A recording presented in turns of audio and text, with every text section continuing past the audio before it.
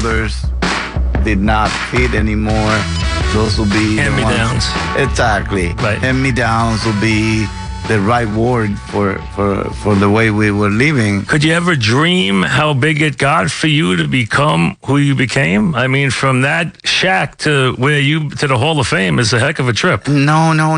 Never came across my mind that I will ever be who I am, who I was. Being recognized as, like you said, one of the best pitchers that you saw in my era. Boy, one of the best pitchers of all time. That's what you are. Well, thank you. That's a great compliment. But I want to humble myself to that and just say, I'm a blessed man because I had the opportunity to pretty much reach every single level in life that you can reach. And that's not an opportunity that everybody gets.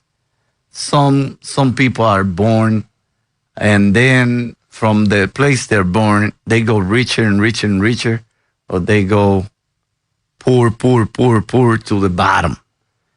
But for me to be poor on the bottom and reach the top, the highest ceiling in life, to me, only a blessed man can get there. And I appreciate so much anything that you see that I'm getting, that I'm doing, that I'm tasting, that I'm touching. I'm so appreciative of it because it was something that was so far away when I was growing up as a kid. And did you dream of the major leagues? Were you thinking, it's my goal, I'm going to be a major leaguer? No, not really. I was taking one game at a time. And if you ask me about the Hall of Fame, I would never in my life tell you that I ever thought about the Hall of Fame. You know what my thought, honestly, in the summer league and after leaving the summer league and hearing to some of the things that they said about me, I'm being too small, right, fragile. He's going to break along the way. Right. He's not going to make it. He's a little spider. He's not going to develop. His brother is a great athlete, but he's not going to make it. He's got a big heart, but he's not going to make it. After hearing all those things, I became stronger. I became better. I became, some kind of a odd thing. You get to the Dodgers and you clearly have talent. You're on the Dodgers, your brother, you clearly have talent, but they don't believe you're a starting pitcher, right? They don't want to think that you can pitch a whole game or be durable enough to be a starting pitcher, right? And it's not only that, it's just that I proved them wrong in every aspect in the minor leagues. Records that my brother had in the minor leagues, I broke. And my brother was a better athlete, and he was better looking, and he was everything that you have to say about it. But trust the numbers. At least try to trust the numbers, and they didn't. They didn't. So they turn off and trade you, which turned out to be a great blessing, right? You get traded for Delino DeShields, which now sounds funny, but at the time, people thought highly of Delino DeShields as a player. They trade you to Montreal, and that changes everything for you. Well, Felipe was a big part of it. Felipe was a mentor to me. Felipe was the one that really made me feel welcome. Because Felipe handed me out a ball before I threw a ball in the spring training, and he said, "You're my fourth starter." And I'm like, "What?" "Yeah, you're going to be the number 4 starter." And I'm like, "Oh, okay, thank you very much. But, I was a reliever last year." And he goes, "Yeah, but here we want you to be a starter. We want you to get back to where you were supposed to be." And I knew your dad, and I got to play with him in amateur ball. You're less of a man of from your dad, but you are a kid with a good arm and a kid that we think we can develop. And thanks to God, after that, I never looked back. Then when did you realize that you not only were going to be good at this, but that you were going to be a really starting pitcher? How long did it take you for it to start to sink in that you were going to be able to do this on a full-time basis? I think after the second half in '96, or in the second half of '96, I started realizing what I was really doing, what it would take for me to take over the league and understand what they were doing and how to beat them. Probably took me 2.5 years starting to actually realize that I was good enough to beat anybody in baseball and to feel confident enough to just go out there and believe that I was going to beat you. At that point, I had pushed Felipe to actually give me every outing possible against the A's of any other team. Anybody that was tough, I wanted to. If it was possible for me to take like a day off and make it a working day, so that I could be in the rotation to face that Ace, Kevin Brown, right, Greg Maddox, Tom Glavine. You wanted to face the best. I wanted to face the best because I felt like I had so much to learn. And as a matter of fact, I did. By watching Maddox closely and Glavine and Smoltz in the '96 All-Star game, I went to learn that I was able to throw the changeup to different spots in the plate. And that was something that was never told to me by anybody. And when I was asking the questions to Glavine, he goes, "Oh yeah, Began, you can throw the changeup away, changeup in, changeup low on the ground, just like you do with your curveball." I was like, "Oh, really?" Really? So you learned from him because Conti taught you the changeup. Right? Yeah. He taught you the change. Yeah. So you had been throwing a change for a couple of years now, right? So you had been working with it for a couple of years. Yeah. And then you started, and then you added on from Glavine because you were a real student of the game, right? You like to think the game very much as a pitcher. Oh yeah, that's why I'm loving now the fact that I'm working for MLB and TBS during the playoffs, because I get the opportunity to research and look and go into details about what went wrong for this kid, what happened, why the sudden change in one pitcher, what happened mechanically, what happened mentally. I can see all those aspects, and I have many cameras looking at that kid to see him. Interesting. And I get to understand everything, and it's so entertaining to me, the fact that I can actually see everything and then have my own idea about some of the things that went on, and most of the time I'm certain about the things that go wrong. You know, you brought up so many things in the book, and the book is Pedro with Michael Silverman, release date tomorrow, and you can get it at a bookstore near you. Pedro, I'll give you his signing and what's going on. He will be tomorrow at the Barnes & Noble Citigroup Center, which we'll tell you about also. But you mentioned all the different guys who added a piece, Sandy Koufax, and what you got from him. Talk to people about something that they don't hear very much that you talked about in the book, hooking the mound, which is an interesting thing that you go into in the book about what you learned about hooking the mound. Well, Sandy was known to be one of the most dominant lefties that ever played the game. The best I ever saw, yeah. Great pitcher. And I'm pretty sure the whole organization looked up to Sandy to explain why. So when I got to Florida, the first man we get early in the morning the next day is Sandy Koufax, and we get Drysdale, and we get some of the big leaguers to come by and say hi and introduce themselves just so that we could see them in person. Right. When I saw Otto Hershiser, I almost started shaking because that's a guy that I used to imitate in my house. Darryl Strawberry, I wanted to hit like him, and sometimes when I went left-handed, I wanted to hit the playing stickball or playing baseball in any aspect. I wanted to be like Darryl Strawberry, and then I saw Eric Davis, and I saw those guys, and I'm like, wow, these are the guys that I dream about seeing, and we see on TV, and they're right here, and look how big they are, and and how tall, and to see pretty much our idols come by, and Sandy was probably the biggest, the best, idol out of all of them, and explained to us how he went about pitching and about mechanics. He spoke about how sore his elbow was, and that wasn't something uncommon in pitchers. And also he spoke about mechanically hooking the rubber. Yeah, hooking the rubber, which is something that you really jumped on, right? Oh, yeah, believe me, right away. I would take a piece of stick and use it as a rubber. And when I was shagging in the outfield, and I would be practicing that drop and drive, drop and drive, drop and drive, and hooking the rubber until I became comfortable. And everything I did in the big leagues was hooking the rubber. Interesting. I could not pitch from the And later bottom on, you even gave that to Schilling, right? You taught Schilling about it. Yeah, I helped him out a little bit with hooking the rubber and also with the cutter.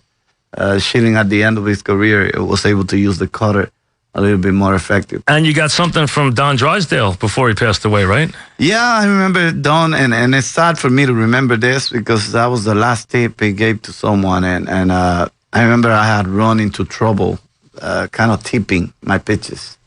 And he came up to me when we were coming back from the airport. And he goes, Pedro, there's something I need you to hear from me, something I noticed. I said, and what is it? He goes, you need to come on the bus. But you were never allowed to go on the coach's immediate bus. So he used his ranks to get me to that bus. Right. And on the way back to the hotel, he told me I was sticking my finger out when it was a changeup and pulling it in when it was a fastball. And I was tipping that way. And some of the veteran guys like Sabo and those guys in Cincinnati got a hold of me. St. Louis, Gerald Perry, and those guys were getting to me. And he said, you need to get that finger inside or find a way to cover it. And since I didn't have a glove with a cover over the finger, what I decided was to just go inside. And after that, everything just turned around because at the time I was giving it up in relief because I was tipping. You know, you had some amazing years, some of the crazy years, incredible whips, under one, ERAs, adjusted ERA, the number one of all time, go down the line. And then you go to Boston and everything. Now you're not in a city like Montreal, which doesn't know baseball. Now you're in one of those crazy baseball cities. And now you, with your personality, what was it like to show up? You being you now on the verge of stardom with what you've done in Montreal. Now you go to Boston. It was a big challenge. You know, you stop to think about Jastrzębski, Jim Rice, Rico Petrocelli. You stop to think about Ted Williams. You stop to think about Johnny Pesky. You stop to think about so many, Dwight Evans. You stop to think about Roger Clemens. You stop to think about so many stars. Luis Tiant. It's hard to imagine that in 86 years, even though so many stars passed by there, they had never won. They never pulled it off. And that was the assignment I was given when I was coming to Boston, and after I agreed to the deal, and I felt like all the load in the world was on my shoulders.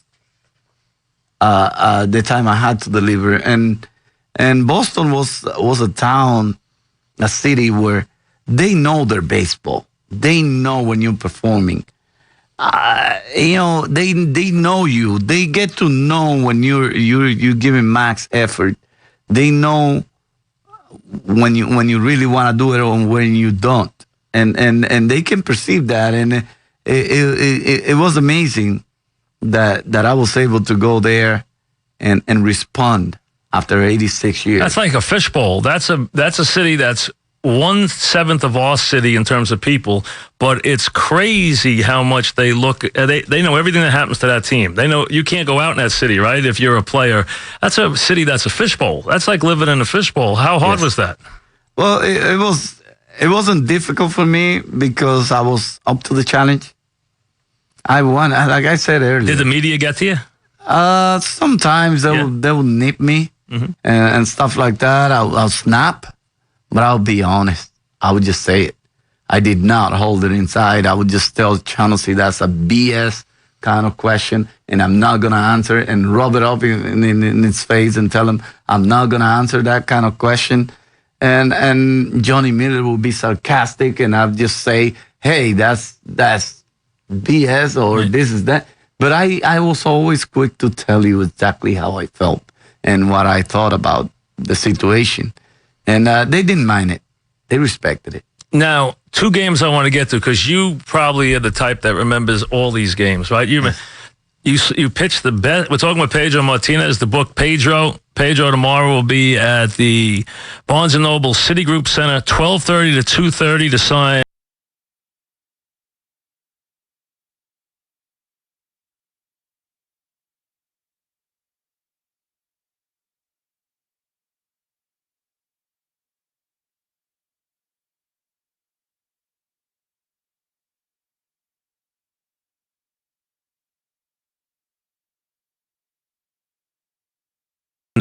Don't worry, they will.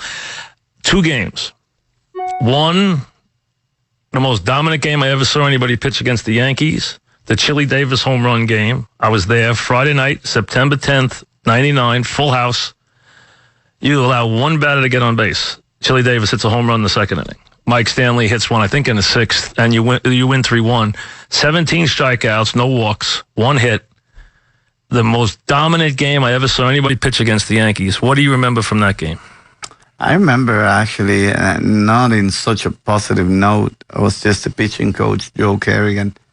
Actually, get on me for not going to the pitchers meeting that day. Yeah, that day, because we were flying in from Seattle. I was cranky. I wasn't feeling well.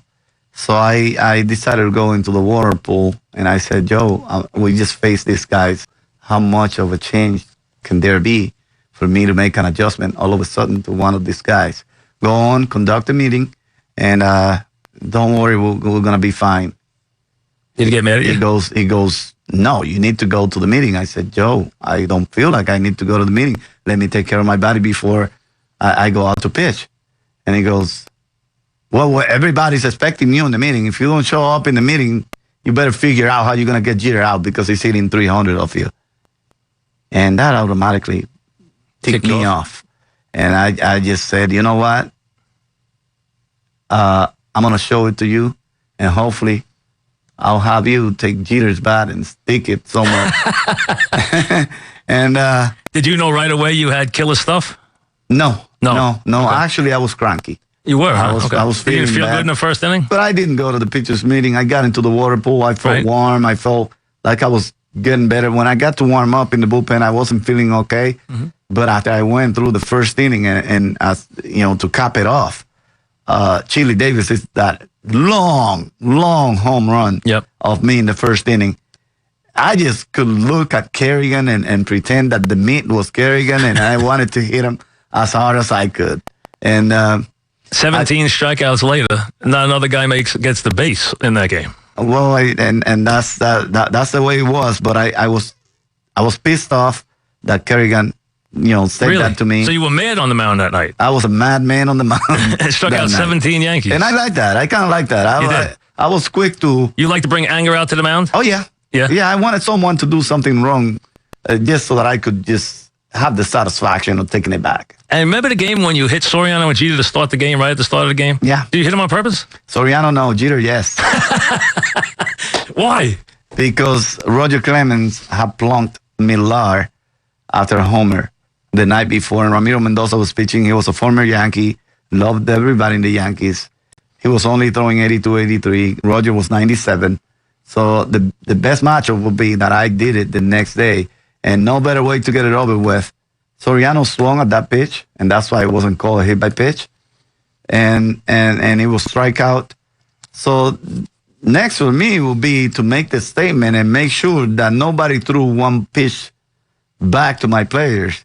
Was let me knock Jeter down in a safe area so that I can actually get it over with, and the umpires will warn both benches, and now we can pitch a clean game. And when I felt like I was purely pitching against anybody, I could match anybody because I could pinpoint control inside and out. And pitching inside, to me, was a luxury because I learned how. Not many people can say that they knew how to pitch inside and make a statement inside and stay consistently inside without air mailing or hitting someone. And that day, I hit Jeter. The umpire effectively warns both benches. It's over. It's over with. Now it's a matter of pitching. Guess what? I ended up blanking the Yankees, and Soriano and Jeter go in the same ambulance. Too bad it happened.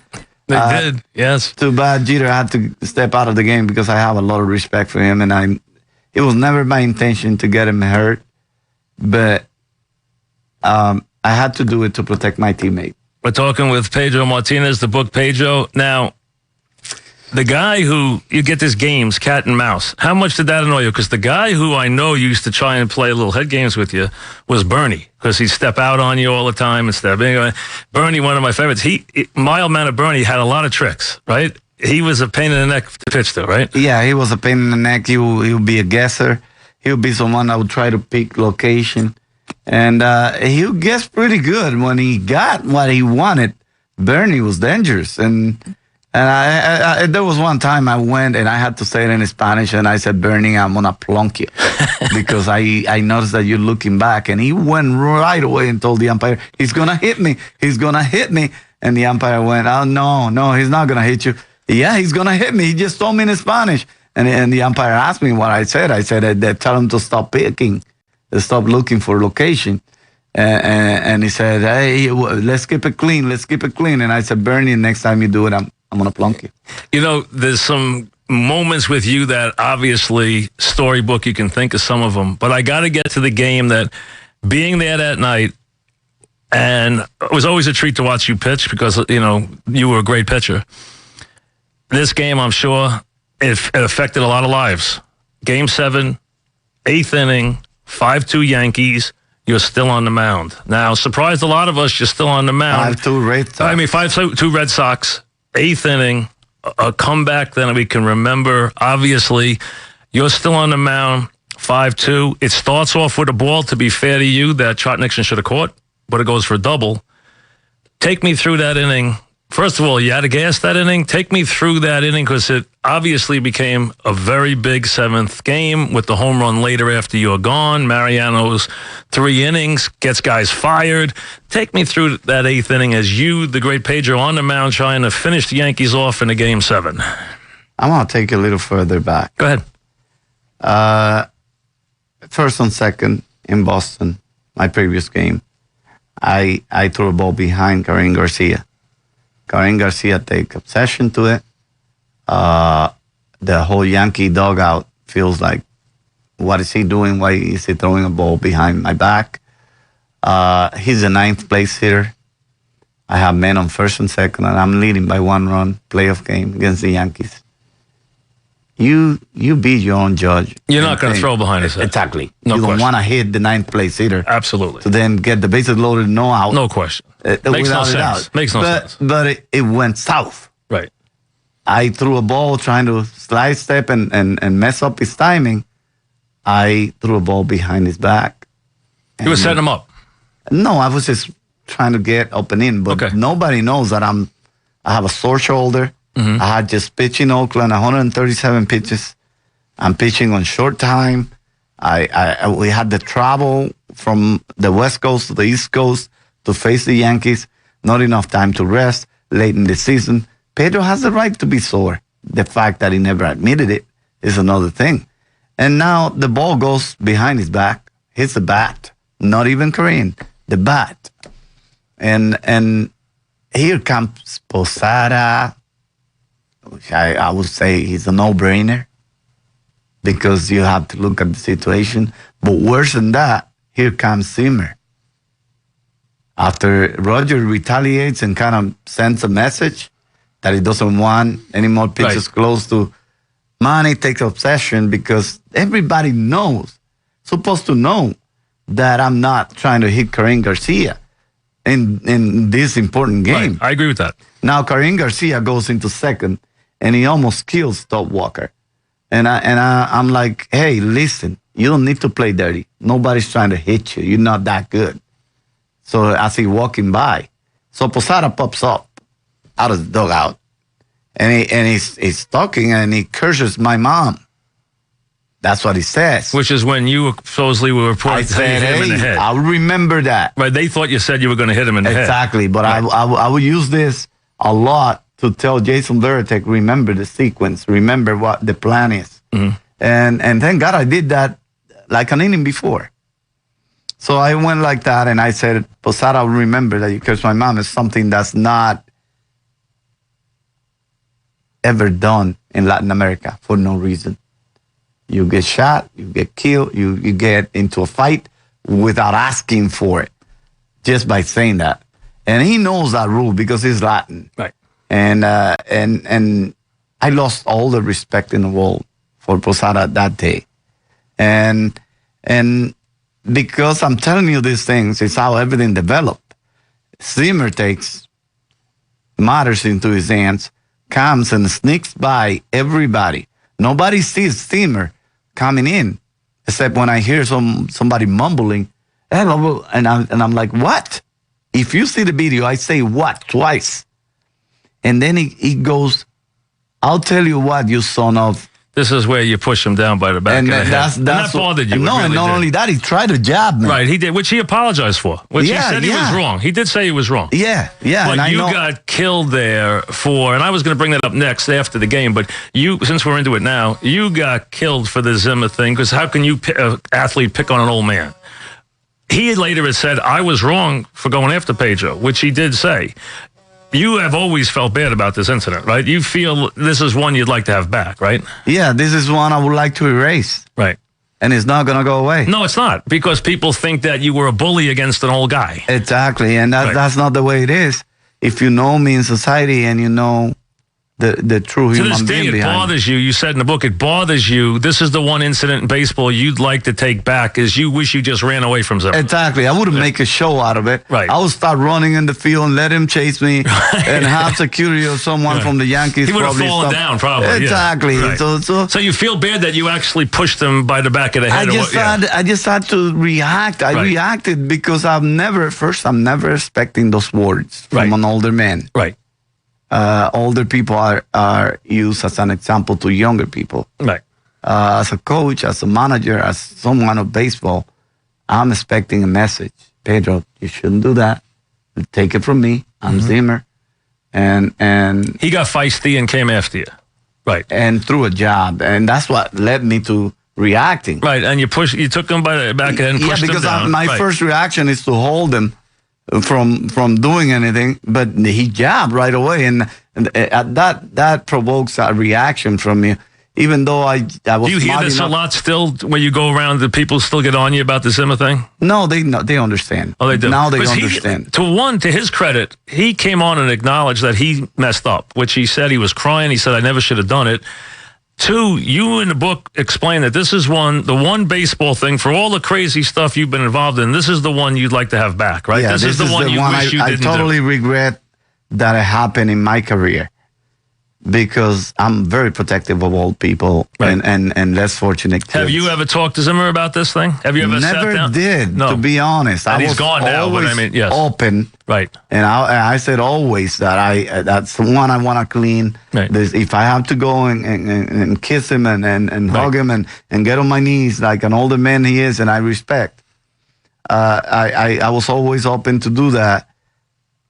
But if he would just know what we have in common, I don't think he will ever charge them out. Are you with Posada in a bad place now? Are you friendly? Or I'm not friends with Posada, and he's not friends with me. Okay. We never got to be really close. Okay. But I don't want to really interact with Posada. That's not fixable. It could be fixable. Okay. We're humans. We make mistakes. Okay. And if I happen to sit by him, I'll sit by him and watch a game. Okay. But I'm not gonna be asking him questions or asking him or expecting him to say hi to me. I don't hold any grudges, but it was just my mom. It's something in Latin America. Yeah, maybe just heated a battle, that kind of thing. No. Those are things, not even. It's baseball that we're playing. We're getting paid anyways. Mom and dad, we live alone at home, Mm-hmm. It's not, no. You don't touch that area in Latin America. Gotcha. You ask him himself, would you say that to a Puerto He's coming in a couple of weeks. He has a book. Tell him. He's coming in. Tell him if he would ever say that to anybody on the street just like that. And he would be the first one to tell you that you don't curse anybody's mom in Latin America. You're gonna get in trouble. Really. But you wish you had the Zimmer back. You've admitted that. That's the one thing you wish you had back was that moment. But that's what carried over to that whole thing. So now take me. 7. We're talking with Pedro. We have a couple minutes left with him at 4:01 here. His book, Pedro. He'll be tomorrow at the Barnes & Noble. 5-2, 8th inning. Jeter gets the double, and I admit, I'm sitting right behind home plate. Trot Nixon blew the ball. He should have caught it. Then comes, in order, the Bernie base hit to center, the Matsui double down the right field line, and then the Texas Liga by Posada. Where are you in all this? Well, I'm on the mound. Yep. And are you done? Are you done? I was done in the 7th inning. Did you think you were coming out of the game? I was done. Yeah, in the 7th inning, I was told I was done. Oh, you were done? I was done. So how did you get to the mound in the 8th inning? Well, they told me, can you get one more batter out? Nick Johnson. Embry never got him out. So they asked me to get that one, and then the bullpen will be right behind me. I'm thinking the bullpen is coming after I get Nick Johnson. Mm-hmm. This is my 117th pitch or something like that. And I get Nick Johnson out. Now I take a pick over, and nobody's coming. So my duty is to go right back to working. Right. Here comes Jeter. Right. The little blooper, the little double. Then Bernie, it's a line drive to center. Matsui ropes one down the first base line. And that's when Grady comes over and says, no, after the Bernie Williams hit, he comes over and asks, how are you doing? Are you running out of bullets? You think you could get one more guy out? That was Matsui. Right. And I said, yeah, of course. Why not? Why didn't you tell him you were done? No, because I did you ever tell a coach you were ever done? I will never, ever say no. Never. To an opportunity. If they ask you if you got another guy, you're always going to say yes. I'm going to say yes. Okay. And I would say yes, and I would suggest to any pitcher out there to say yes, I can. Never give up. Never give up. While you're competing, while you're fighting for your team, never give up. And that's going to be read in that book, that I never gave up, not in my life, not in my career, not as a ball player, not as a competitor out there. A year later, just to fast forward, because we don't have a lot of time left with Pedro, to fast forward a year later, you're in Yankee Stadium, coming in as the stadium is basically in tears. Yanks are dead. It's the 7th game. They were down 8-0. The great Red Sox comeback is now complete. You come into pitching relief. We always thought you came in that game just to stick it to the Yankee fans. Why did you come in that game in relief in the 7th game? See, you thought wrong. Why? Because I had pitched the 2 nights before. I had 1 day rest. What was I doing in that game? I had no idea. I'm still searching for the answer, just like you. Why was I told we thought, you know what we thought sitting there? We're now mad. We're losing 8-0 in the 2nd inning. We're mad.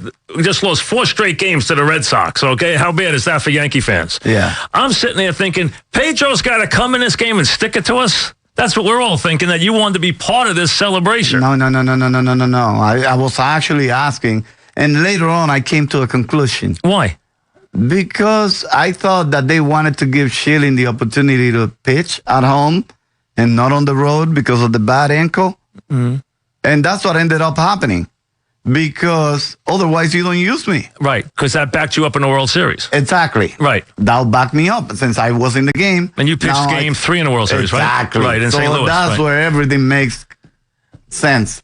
Because you angered the Yankee fans that night because we think, what is Pedro doing here sticking it to us? You know, that's what we're thinking. No. And instead, I gave up 2 runs. You did. Bernie hit one off the wall. Yeah, and Matsui roped me again. Yep. And I don't know what happened in the playoffs, but Matsui seemed to have my number. He did? Jesus Christ. He's a good clutch hitter, though. He had a lot of people's number. Look what he did to the Phillies in the World Series. Yeah. He hit 500. Killed me, too. Hey, that was me. That's it. Hey, he was a great. That's right. Your last year was with the Phillies. That's right, on that team. But you finally win a World Series. What did that mean to finally win that World Series in St. Louis? Really, it was after you beat the Yankees, you knew you were going to win. You were the better team. But what did it mean to finally win?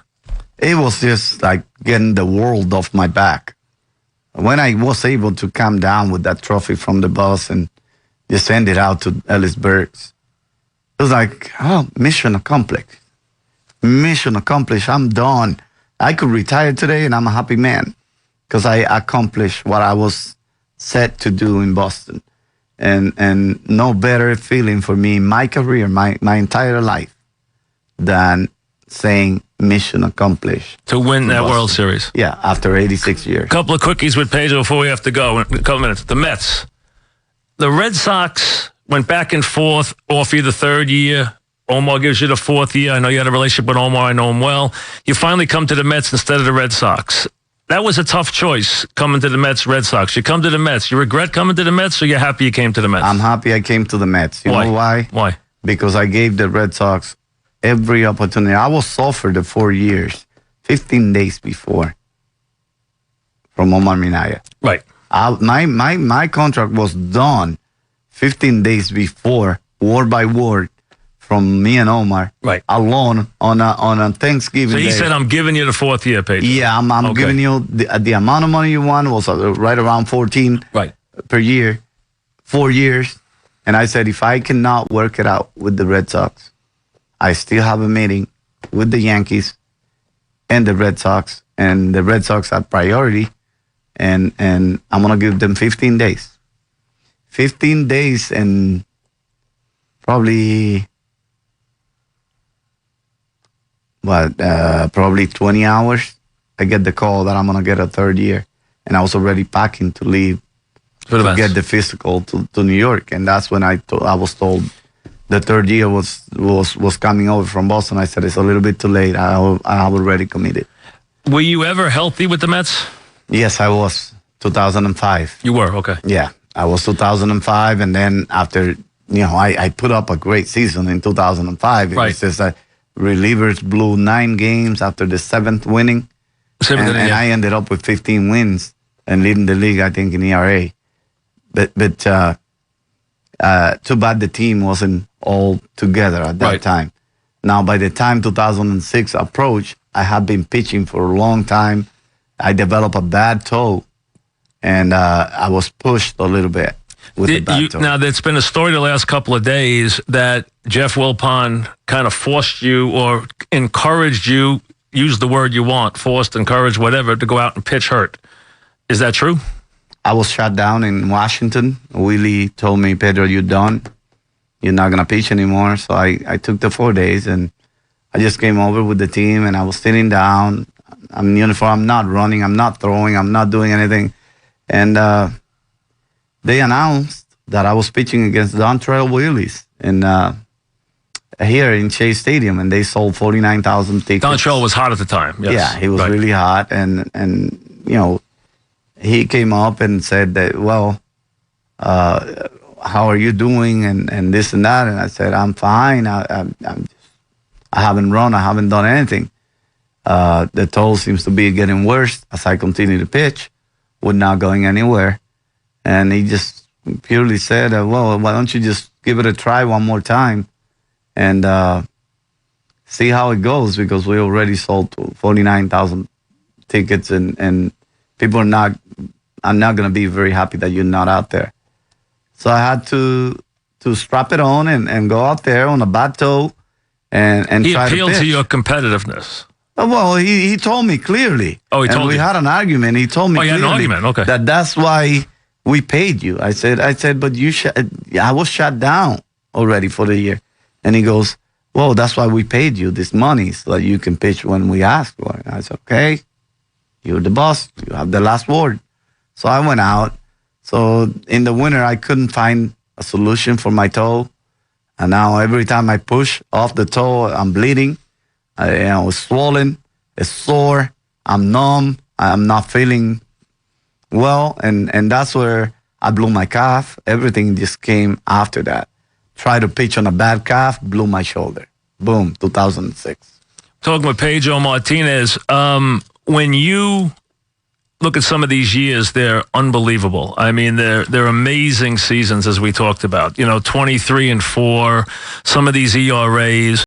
What was the year that you felt you were the best pitcher? What year in here were you the best pitcher at your top? What year would you say you were at your most unhittable? I mean, some of your whips, 0.92, 0.9, 0.7. I mean, 0.93, 0.92.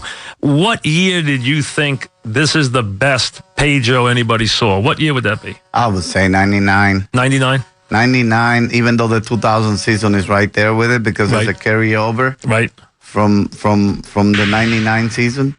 97 was a special year, but I was still wondering how good I was going to get.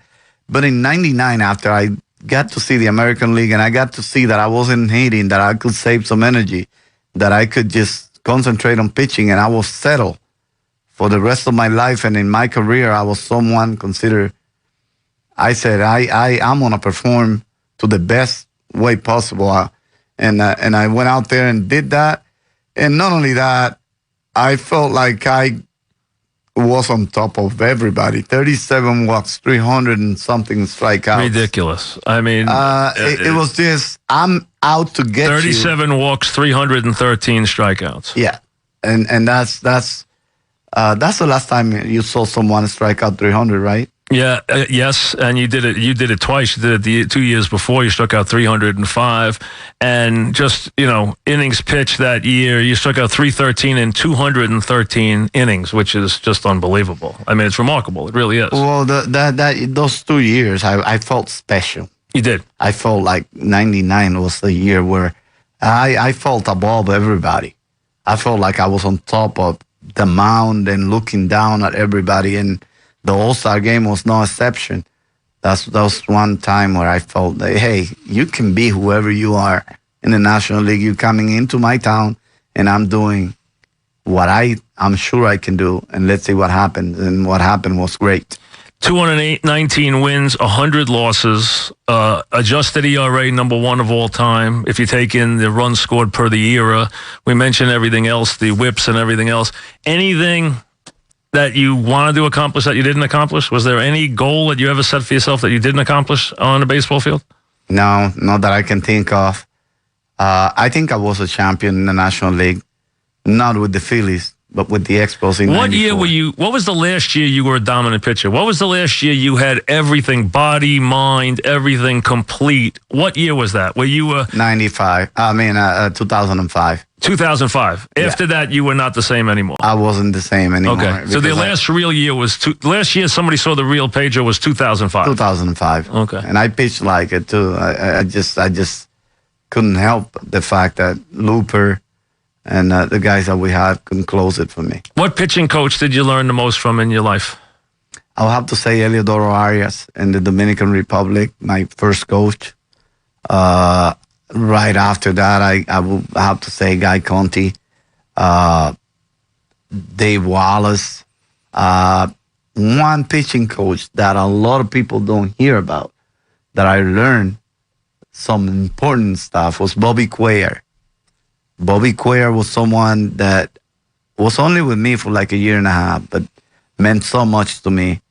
Also, Bear Hooten. And let me see, Bear Hooten, I had him. Enabled Goose Gregson. Goose Gregson was someone that, so those are important people. Even Joe Kerrigan, I have to thank for some of the things he did. Were you a good teammate?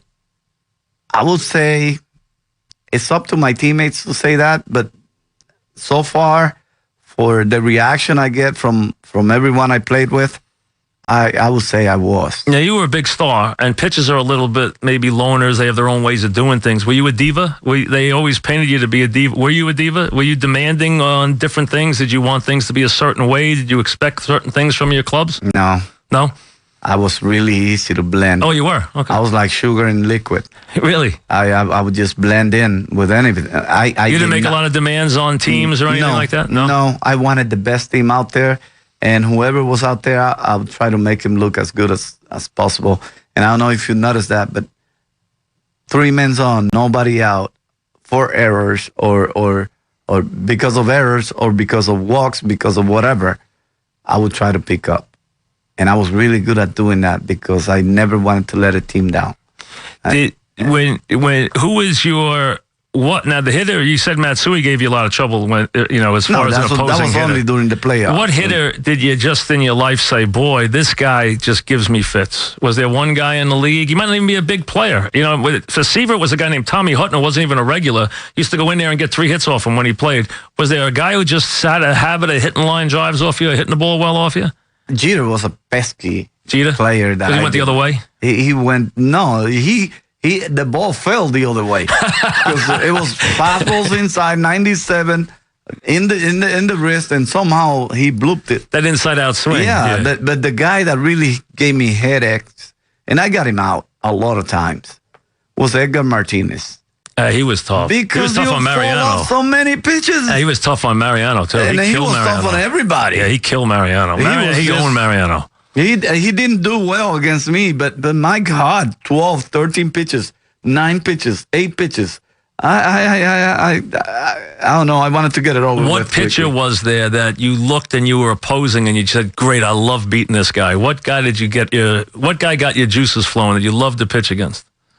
I love pitching against everybody, but anytime you beat an ace. No, but the biggest name was Roger Clemens and Greg Maddux, and then became Randy Johnson. Those guys, every time I faced them, I was like, I'm living a highlight, because I'm competing against one of my idols, and at the same time, if I beat them, it's a plus, and if I lose, I'm losing to the best. The book is Pedro. Tomorrow, Pedro will be at the from 12:30 to 2:30. Go see him at the Barnes & Noble Citigroup Center, where he'll sign a copy of Pedro with Michael Silverman, the book Pedro, Houghton, Mifflin, and on sale tomorrow at Amazon, the bookstore, and everywhere near you.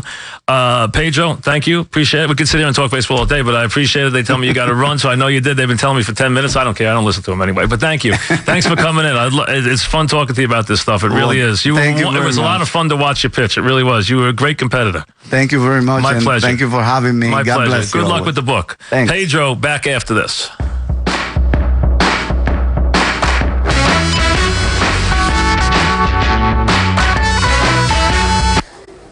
Is CP